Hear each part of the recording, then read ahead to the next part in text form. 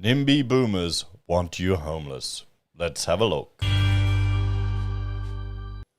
Good morning, everyone. Welcome to another episode of HeiseSays. Grab your stein or cup of piping hot coffee, and well, let's discuss an article I discovered the other day about an organization trying to provide low-cost housing and NIMBY boomers not in my backyard saying no. This is an age-old story. Everyone wants affordable housing. Everyone wants their kids to get into cheaper housing. You know, everyone's happy for it. They all want a property price decline, apparently. But, well, when push comes to shove, not in my backyard. And I think it's an Australian way to feel the right to tell others what to do with their property. You know, it's just the type of country we are. So let's have a look at this article and a few other things. I want to get your opinion on this because it frustrates me. So, Wakeley residents attempt to block affordable housing project on church-owned land. So that's it. You know, they want to get rid of. Is my what's going on here? Hang on, sorry. It was doing a different type of highlighter for me. So, before we look at the article here that's been written, let's have a look at the project. And this is provided by a website, Your Neighbour, and they go through a whole lot of developments because I had trouble actually finding this stuff. So, affordable townhouses, New Cleveland Road, Wakeley. Okay, fantastic. And here we have a render that's been prepared of them already, always so lush and green. You've got some images of the affordable housing here. You've got little pop-out boxes, two-story little townhouses. So they're definitely at a human scale. As an architect, you want to, when you're designing housing, it feels nicer if it's at a human scale. 1, 2, 3, maybe probably 5 stories, maybe a bit less, depending on your streetscape and the sections you've got through there where people can actually relate to it. When you get these super huge towers that they stick on the sides, well, we know a lot of the issues that have developed through those. So it's been lodged for multiple dwellings located at 652 New Cleveland Road, Wakeley. And this is the site that we can see here, everyone. We can see the site here. So, highlighted there. So, I mean, there you go. It's on a significant road. You've got 4 lanes there. You've got, 2 lanes. Decent. You've got amenities here to the right. So, yeah, no, it's a big block. It's a big block. So it's zoned for community facilities. And you've got low-density residential here. What do we have here? Neighborhood center here. Emerging community here. And then environmental management around the place and open space here. So we're looking at this side here. So when we see the complaints of the people, I mean, look at what they've all got around them. Designed by Alivo Architects. I know them. I've seen their work before. The proposal includes 44 affordable townhouses arranged in low-density 2-story built form. I mean, it's nothing particularly groundbreaking here with how they've done it, but, I mean, you've got a whole lot of green. Wait a minute, so they're not even taking up the whole block. So if we have a look here, look at all the vegetation that's kept on the site that they're maintaining here as a buffer to the street. So that's smart. I guess depends how you want to do it. This will provide a buffer to the sound that's going here and provide privacy for the people here in this development compared to the street here. Are they splitting it off? It looks like they may be splitting off this block using just the back here too. So there are some advantages. The only thing I don't like about these type of developments is how tight packed they are. And you really can't get away from it if you want to do this type of thing and get the number of units that they've got there. Because some of the sections, I mean, this is better. At least we've got planting and they've got some green spaces here between it. But some of them can be really packed in very tight together. But, I mean, if this is an affordable home, this is a starter home, it's what you've got to do. You've got to make sacrifices. Your first home can't always be the huge quarter-acre block, guys. Quarter-acre. Do they even make do they even exist anymore? You know what you do is you look for a quarter-acre so you can split it and subdivide and sell. So, I mean, nothing. Does this have a north point on it? I mean, I can't. Oh, wait a minute. North should be up the page. So if we rotate, that's So northeast, so that's the eastern facade, that's the northern facade, southwestern facade. So yeah, these guys may get some afternoon in the back of their houses, but if the living space is located here, it should be nicer. I mean, pretty good planning. What do we have here? Okay, they've got a legend. I can't really read that. So here's some development stats. So they've got 44 townhouses, 18 two-bedroom ped units. I mean, that's often what you need to start out with in a two-bedder. 26 three-bedroom units. Now, you can raise a family in a three-bedder, guys. You can raise a family in a three-bedroom unit. Affordable allocation, 85%. Rent cap, no greater than 74.9% of market rent. I mean, that's going to be providing a good discount to the occupants there. But rent's still, 75% of $600 is still a shitload. But the only way to address it is to have more stock on the market. Government interventions, artificial rent caps in the market are not going to bring down rents. They're just going to cause more problems. You want to incentivize these types of developments, everyone. I mean, the only thing I would argue is the lack of eaves over some of the windows. But, I mean, you can get high-performing glass that it's not the end of the world. I mean, you've got a nice little box out here. This is a very contemporary type of architectural style that's built to maximize the utility of the site, provide as much amenity to the occupants of the buildings, while as a cost-effective manner that you could, while still looking nice and having material differentiation between it. So that means we've got different colors. You've got stepping in and out of the facade to make it look a bit nicer. I've just working on our renovation here at our house, and we're buying the nice timber windows, and it's costing a fortune, guys. It's costing a fortune. We're doing it because we want to, but for community housing, you need to be sensible with these things. You need to get maximum bang for your buck because you want to provide people opportunities. So let's have a look. 79 car park spaces. Okay, 78 and 70 resident spaces, 8 visitor spaces. Okay, 70 resident, 8 visitor. 81 bicycle parking spaces. Huh? What's that? Dedicated bicycle parking spaces? Isn't that you just drop it on the ground? I guess people don't do that anymore. Although kids aren't riding their bikes and leaving them everywhere, but bloody, Renter Corpo bloody bike are. We have these things all around the city. Vehicle and pedestrian and access to New Cleveland Road.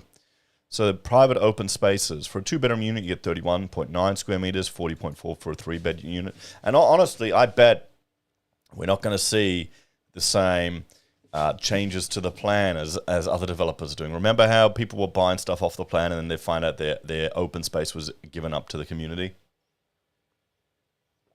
Significant amount of communal open space.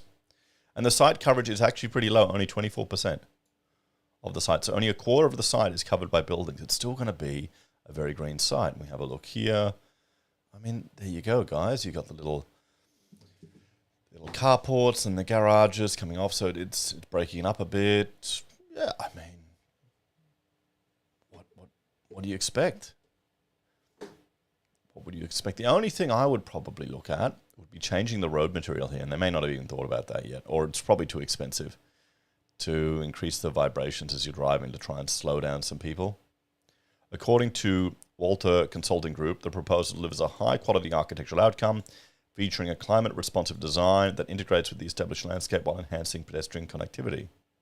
So there you go. Oh, that's it. Putting the Photoshop people in front of your building. You got to do it. Yeah, that's nice. Nice. I mean, not bad renders. I like them. Not bad houses. And there's a street view of it. And there's the view of it there. So we can see here. This is what the site's doing now. So I'm wondering if they're going to maintain that building. It was lodged on the 18th of November. Yep. There you go. So, good stuff, guys. So now we have a bit of an understanding of this development. And thank you to your neighborhood for uploading it here as an article that we could all see and discuss and look at. That's greatly appreciated. Now let's have a look at why the boomers are saying no. Why they don't want this development in their area. So, Peter Birmingham is trying to prevent his local church from building affordable housing for low-income residents. Oh, boy. I mean,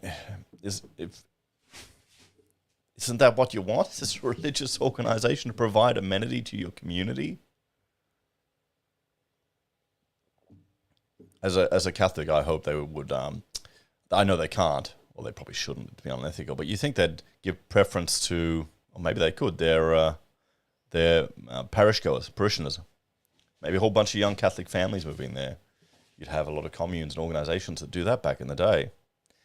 He's one of the Wakeley residents attempting to block the inappropriate two-story development on a largely empty block of church land. Okay, inappropriate. Now, we saw here, it's only 2 stories, guys. Only in bloody Australia could people be whinging about a 2-story development for affordable housing. It just shows you how limited many of our fellow Aussies have with their travel experiences. I mean, come on. Look at this. This is, if you're annoyed, plant some trees. See, they've built so, look at these things. They've built so close to the boundary. They've got no buffer. That's what they're going to be pissy about. Well, if we have a look here, yeah, I mean, they're not going to be looking. There'll be some side windows here, and hopefully there'll be some protection to it, but still. The Ross Place homeowner said the proposal for 44 affordable units would worsen the traffic chaos in the outer suburban Brisbane neighbourhood. Okay, traffic. Yeah, well, that's what you get. 44 affordable units. He said he was concerned these homes would not be kept in good condition and believed the church's primary motivation was profit. Now, I know people love to meme that churches are super rich. Yeah, sure, they're rich in the fact that they own a block of land that they're doing nothing with. They've got to maintain all this property. Primary motivation was profit. See, I mean, this is they're capping their rents at 75% of market rents. No, it's not profit. It's not profit.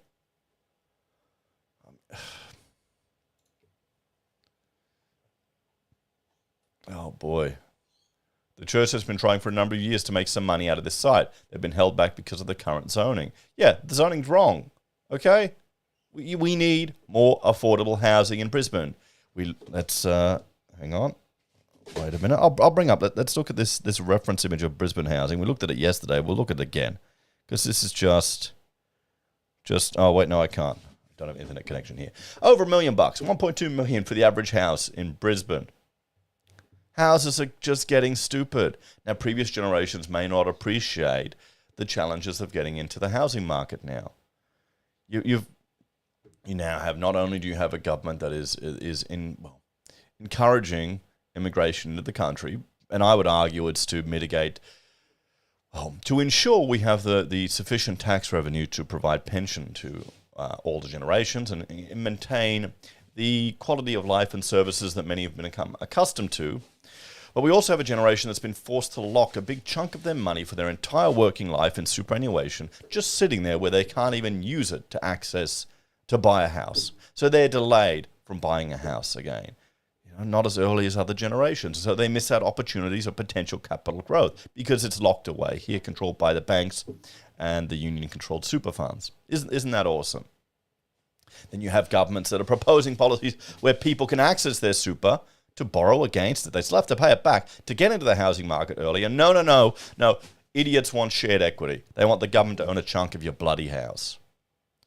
This is the problem we have here in Australia, guys. Okay? And this is why when you have people thinking housing's going to come crashing down and then I can buy in with my gold bars. Buddy, it's not going to happen. So, in December, the former Queensland government listed the proposal as a state-facilitated development, which makes it more difficult for residents to block such projects. Chatsworth MP Steve Minikin said the previous government tried to ram through affordable housing without community consultation. The former Labor government deemed a site at 652 New Cleveland Road as a state-facilitated development just prior to going into caretaker mode last year. Yeah, well, I mean, why not? This is the thing. We need to stop the NIMBYs. Guys. Okay, not everyone who lives in affordable housing is going to be a bloody drongo. The classes have shifted, guys, okay? All the boomers who are sitting on their $1 million houses probably bought them for a fraction of that. The classes have shifted. You're going to have professionals having to buy these things and rent in them. Under Labor's approach to development, community consultation was an optional extra. Well, yeah, probably because they've experienced it. The approach has now been changed under LNP. The government said it opened the proposal to community consultation, allowing residents to lodge feedback until February 25th. Well, I'm a resident of Brisbane. Can I lodge feedback in support of it? Through absolutely no... I don't receive any benefit through this. There's actually some projects where I've had to... I've seen LVO around. I think they're working for the same clients I am. So, you know, do I want to support a competitor? Well, yeah, when they're working on good things like this, you do. However, if the proposal is approved, residents will still be unable to appeal the decision through development tribunals because it's SFD funded. SFD status. So rental housing is scarce. Housing advocacy group Q Shelter has thrown its support behind the SFD process. I think everyone under 50 in Brisbane would throw their support behind this.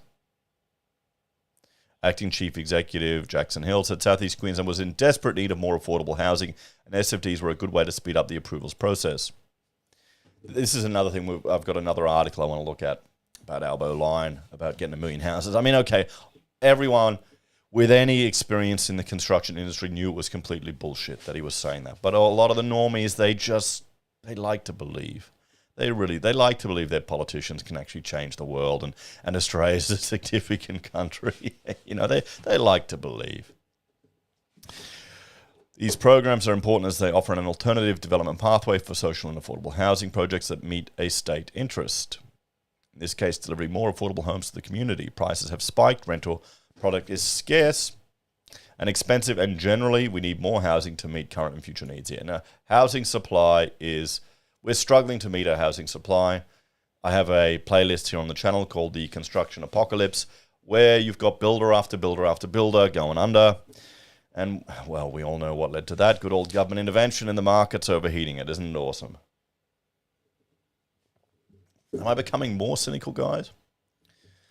Under the Wakeley proposal, at least 85% of the units will be affordable housing with rents capped. Yes, the land is owned by the Roman Catholic Archdiocese of Brisbane, and the houses St. Jude's Catholic Church. So the residents are concerned for the trees. Okay, did they not look at the project? Let's look at the site plan here. We can have a look. Okay, they're taking this corner of the site. All of this vegetation is maintained. Cool, so they're going to lose probably that clump of trees there. Maybe a few here during construction. So... Okay. Tough. Trees are not houses, okay? Trees don't exempt the need for people to have homes. Oh, shit. Come on. Project would worsen traffic congestion in the nearby Gumdale State School and strain the local infrastructure. Yeah, that's always going to happen. Okay. It's too close to his fence line and would remove trees from the neighborhood. That's what we're saying. All these beautiful gum trees in our backyard, basically. My concern is these trees are going to be demolished and cut up. He said, yes, it's not your land. You don't own the trees. You're getting some amenity from them because they're there. But you don't own them. Guys, that's the reality, okay? Come on. We're not exactly in the city. This is supposed to be outer suburbs. Not anymore. Not anymore. You're pretty bloody close to the city. Okay, you are pretty close to the city. You can get in the city pretty easily from where you are. I'm further out than these guys, and I consider myself close to the city. It's only a 30-minute ride for me to drive for me to get to the CBD. It's nothing. Okay, this is the difference in mentality here. This is the thing, where you've got people that bought 40 bloody years ago somewhere, and then their kids can't seem to buy in the same area. And both of them don't realize the world around you has changed. You're not living in bloody the sticks anymore where you need a septic truck to come and clean out your toilet. You're living in civilization now. And we need to increase the density. We're not talking huge developments here. You're talking 2 stories. This is what needs to happen, everyone. If you want cheaper property for your kids, if they're going, oh, I support cheaper property, then you need to stop being an NIMBY. That's it. And it ain't going to happen. Okay? No way in a million years are people going to happen. It's like everyone's a nationalist until they go to Bunnings. They go, oh, we got to support Australian manufacturing, this, and the other. And they go to Bunnings and they see the price difference and it all goes out the bloody window. Talk is really cheap. Okay? Hey, I'm a YouTuber. I know talk is damn cheap. It's easy. Stress relief. A change.org petition. Oh boy, that's gonna make a difference. Demanding the government puts a pause to all SFDs and stop the Housing Commission development on New Cleveland Road. Oh, see, this is it. This is classism here.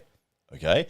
Now, for those of you that aren't Australian, you may not know we do have a class structure here. Not like the UK. It's a little different. It's you're either a property owning king or you're a dirty bloody renter. And even below dirty renters, you've got the dirty Housing Commission renters. Oh, I haven't heard this forever. Shit. I mean, I don't think someone would be shit stirring this. I think someone would actually be legitimate, guys. They don't want the Housing Commission around them.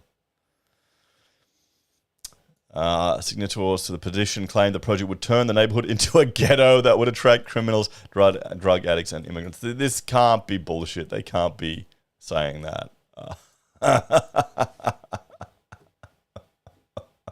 Come on. Oh, boy. He was disappointed about the comments being made about social and affordable housing tenants given the current housing crisis affecting all Australians. Yeah, it's not just going to be criminals, guys. The Corp of the trustees of the Roman Catholic Archdiocese of Brisbane has been approached for comment. They were probably very sensible in not saying anything. Wow. Oh, boy. So, guys, let's have a bit of a discussion about this one, eh?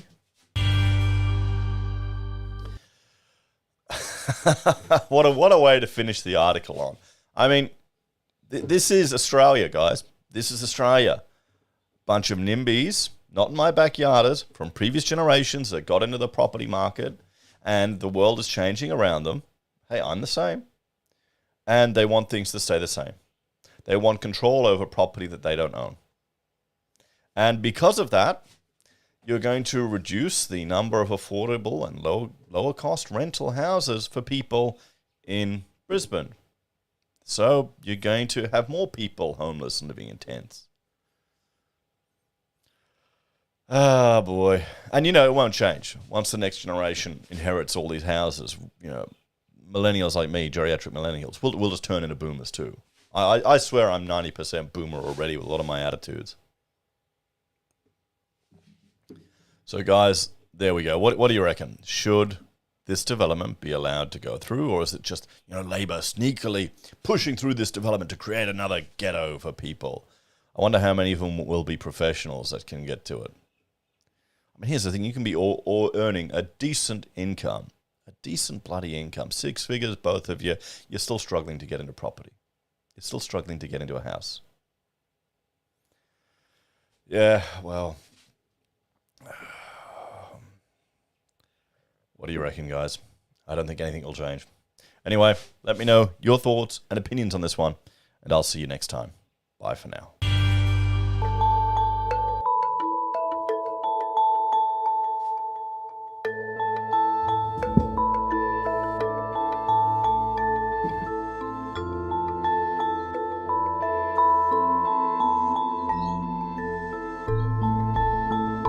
Not in my backyard.